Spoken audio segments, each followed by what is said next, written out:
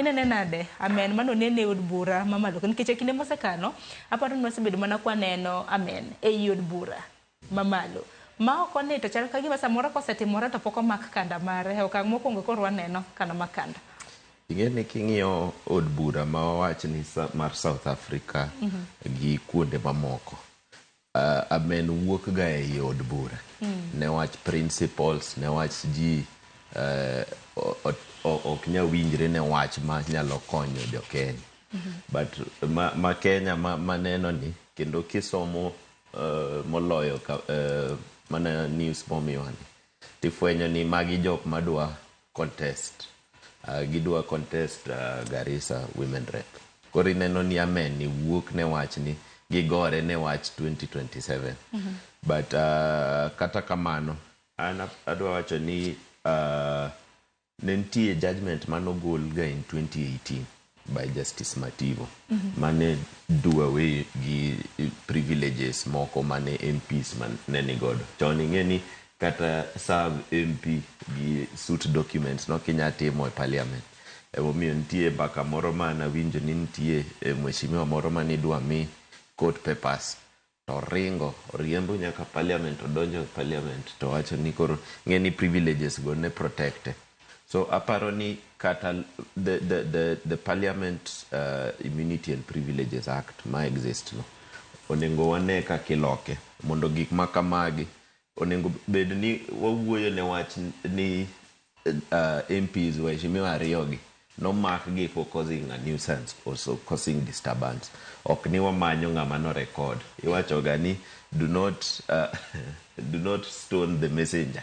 Ng'amo kelo wach no kikigo iwinjo. Koro wach ma kendo an gi shida ahinya gi speaker mar od bura Moses Wetangula nikech seche moko decisions mo make ineno ka gin very petty.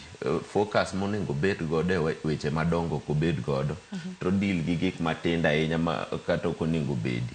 Issue onego bed ni ji ariyogi gin mana by virtue of the fact ni amen mano timore ni ene wach matin. Ene wach matin. Koro ng'ama no record e wach maduong' ma koro en mimanye.